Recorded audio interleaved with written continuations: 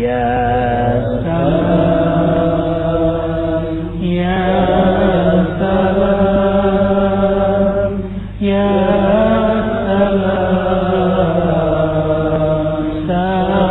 salimna. Ya salam, ya salam, ya salam, salimna. Ya salam, ya salam, ya salam, salimna. Assalamualaikum warahmatullahi wabarakatuh. Subhanallah wa bihamdihi, subhanallahil azim, adada khalqihi wa rida nafsihi wa zinata arshihi wa midada kalimatihi. Asyhadu an la ilaha illallah wa asyhadu anna Muhammadar Rasulullah. Allahumma shalli wa sallim ala sayyidina Muhammadin. Assalamu alayka ya Rasulullah wa rahmatullah wa ala alihi wa ashabihi wa man tabi'ahu bi ihsan ila yaumiddin. Al-asatidzah yang insyaallah dimuliakan oleh Allah. Ikhwatal iman, cahaya hati yang semuanya diberkahi oleh Allah, insyaallah. Amin. Kabulkan doa kami ya Allah. Kembali kita diperkenankan oleh Allah menikmati hidangan hidayah fajar ini, karena dakwah di antara pintu-pintu meraih hidayah Allah. Dan kali ini kita akan membahas mengapa kami berada di neraka. Subhanallah, menakutkan bahasan ini, tapi ini harus kita bahas agar kita tidak masuk golongan mengapa kami di neraka. Bersama akhi fillah Al-Fadhil Ustadz Haji Muhammad Musleh Ajiz ya. Beliau ini khadim Yatama Adzikra. Allahu Akbar. Silakan Ustaz. Ikhwatul iman, cahaya hati yang dirahmati Allah Subhanahu wa taala. Bahkan suatu waktu di kehidupan neraka, para penghuni neraka ini melakukan protes besar-besaran kepada Allah. Ya Rabb, kenapa kami engkau masukkan ke neraka-Mu ini? Kenapa engkau panggang kami di neraka-Mu ini? Kata Allah, wahai hamba-Ku, saat kalian hidup di dunia, saat aku lapar, kalian tidak beri aku makan. Saat aku sakit, kalian tidak kau jenguk aku. Saat aku telanjang, engkau tidak beri pakaian itu. Bagaimana mungkin ya Allah? Engkau Rabbul Alamin. Bagaimana mungkin engkau telanjang? Engkau Rabbul Izzah. Bagaimana mungkin engkau sakit? Engkau adalah Rabbul Izzah. Bagaimana mungkin engkau lapar? Engkau adalah Rabbul Izzah.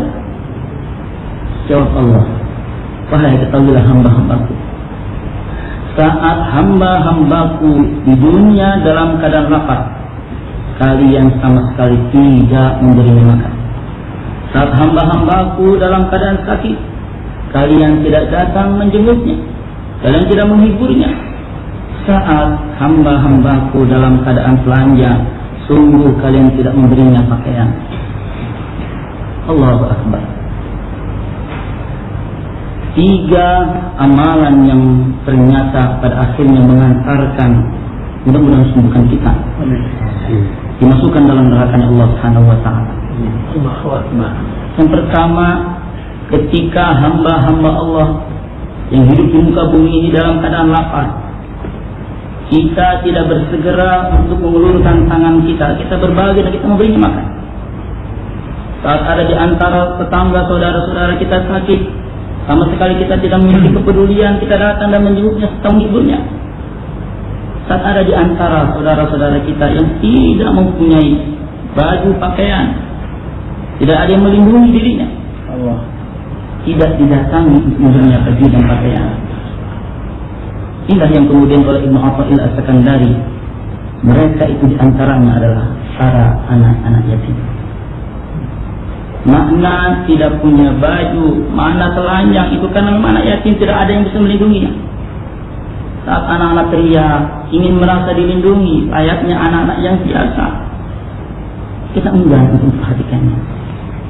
Nah, ternyata kemudian maknakan dari hadis qudsi ini, jangan pernah kita hardik anak yatim, jangan pernah kita lalaikan anak yatim. Karena saat kita melalaikan anak yatim, saat itulah kita akan masuk bersama dalam golongan orang-orang yang diponis masuk neraka Allah Subhanahu wa taala. Subhanallah.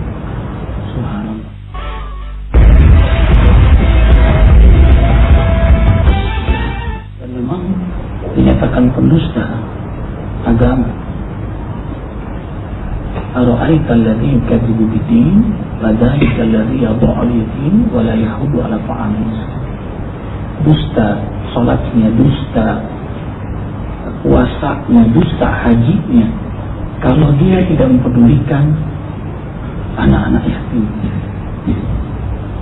tidak mengasuh mereka, tidak merawat mereka, tidak memberi pakaian mereka, dan tidak memberi makan fakir miskin. Memperlakukan berbeda ya, itu yatim dengan fakir miskin.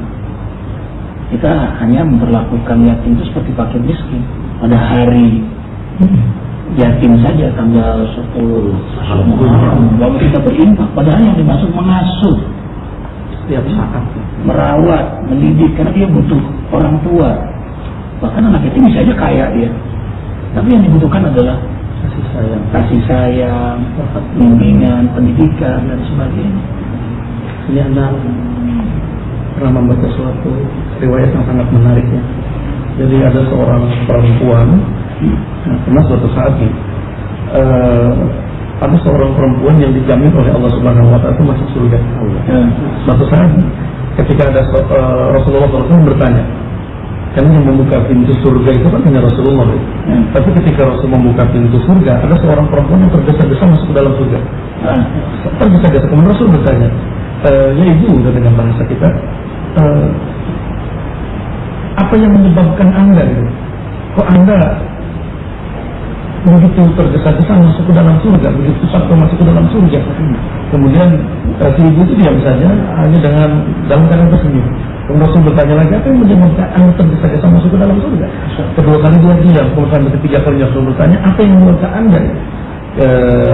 Si ibu itu berkata, ya Rasulullah, saya tidak memiliki apa-apa, kecuali ada satu orang anak yatim yang ada di rumah saya, kemudian anak itu saya didik menjadi orang yang baik. Mungkin ini yang menyebabkan saya dimasukkan oleh Allah Subhanahu wa taala dalam surga. Subhanallah. Allah. Jadi benar. Ini makna ini pun dimaknai agar kita benar-benar tidak termasuk dalam golongan neraka, dan plus kemudian kita diponis masuk surga. Di antaranya adalah makna yang harus kita pahami, saatnya kita hidup bersama dengan anak itu. Hidup bersama dengan anak yatim itu artinya hidup dalam keberkahan Allah Subhanahu wa taala yang akan didapati oleh orang yang benar-benar mau hidup bersama dengan anak yatim adalah benar-benar apa yang diharapkan dalam hidupnya Allah sendiri. Sedikit cerita tentang Islam. Ketika menyebut ini adalah khatim anak yatim kita. Ini adalah wakil dari Islam. Apa yang terbayangkan oleh orang kemudian kalau bicara yatim, apalagi yang mengurus anak yatim, mana mungkin sih dia bisa berangkat haji, Ustaz? Mana mungkin sih dia bisa punya istilah dunia lah didapati olehnya, tapi itu ternyata tidak berlaku kalau dengan keimanan kita membacanya. Saat kita hidup bersama anak yatim, insya Allah dunia akan hidup dengan kita. Saya ketika diminta oleh Asyikullah saya ambil syukur untuk hidup bersama dengan anak yatim, kita menguruskan. Nggak terbayangkan pada ada tawaran-tawaran yang lain, tapi saya kenapa harus memilih anak yatim? Ya, ternyata dalam bayangan saya hidup bersama anak yatim, ana wa kafir yatim kahadain sebenarnya. Surga tidak hanya untuk surga di akhirat akan kita dapatkan. Surga dunia pasti Allah akan berikan kepada kita ketika kita mau hidup bersama dengan anak yatim. Saat itu Ustaz, 2 hari berturut-turut saya diminta oleh Arifin dan Arifin saat diminta untuk mimpin doa. Padahal saya bukan jadi imam di masjid kita. Kenapa saya diminta untuk berdoa? Kemudian hari Selasa saya menghampiri Ustaz ketika habis berminta, Ustaz doakan saya ingin berangkat haji Ustaz. Terima kasih tahun ini saya dapat fasilitas sangat umrah. Apa kata antum waktu itu? Ustaz, yakinlah tangan-tangan Allah akan ikut melibatkan diri yang bukan. Pulang ke kamar kita ngambil air wudhu, terus sholat duha. Tidak lama kemudian ponsel saya berbunyi. Dari seseorang yang tidak tahu, Ustaz, apa? Antum jawab dengan jujur. Antum sudah berangkat haji? Allah Akbar. Merinding saya, kemudian selang terjungkar, saya terus sungkur, saya sujud. Ya Allah, Ustaz, insya Allah jam 12 saya akan transfer rekening antum untuk biaya haji antum. 2 hari berturut-turut saat itu saya meminta memang, Allahumma yassir lana an ziyaratil haramain. Allahumma ij'alna min as-suyufi baitil atiq. Ya Allah, jadikan kami para tamu-Mu di tanah haram. Jadikan kami kemudahan untuk bisa mengunjungi tanah haram-Mu. Subhanallah, hanya hitungan. Tidak lama. Permohonan yang sangat luar biasa. Karena saat itu saya punya keyakinan bisa hadir satu dalam anak-anak itu. Doa yang diantaranya mampu menggetarkan kerajaan Arsy adalah doanya anak yatim. Allah Akbar. Ada 4 doa, konon kata Ibnu Al-Ghazali, bahwa di antara 4 doa yang tidak ada penghalang para malaikat ketika berdoa maka dia akan mustajab. Kemudian para nabi berdoa maka akan sangat mustajab. Al-ummahat, ibu-ibu ketika berdoa maka sangat mustajab. Dan yang keempat adalah anak-anak yatim. Anak-anak yatim ketika berdoa sungguh doanya diijabah oleh Allah. Apa yang terjadi pada akhi fillah abal yatama? Ini subhanallah, in tansurullah yansurukum wa yusabbit aqdamakum.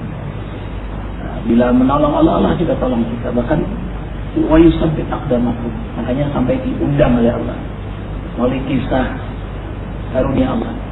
Sama halnya dengan Ustaz Haji Sa'rani. Ini juga abal yatama, benar-benar bapak yatim, gemuk begitu. Ini subhanallah, pesantren yatim beliau Said Yusuf. Kita tahu persis bagaimana beliau memulai membangun dan seterusnya. Dan beliau juga mendapat hadiah. Subhanallah, Allahu Akbar. Dari seorang hamba Allah yang belum sama sekali. Iya, subhanallah. Ya, ini karunia Allah. Dan memang itu janji Rasulullah. Iya. Jadi Rasulullah itu pernah bersabda, "Atuhibbu ayyalina qalbuka wa tudriku hajataka." Apakah kamu pengen hati kalian itu lembut?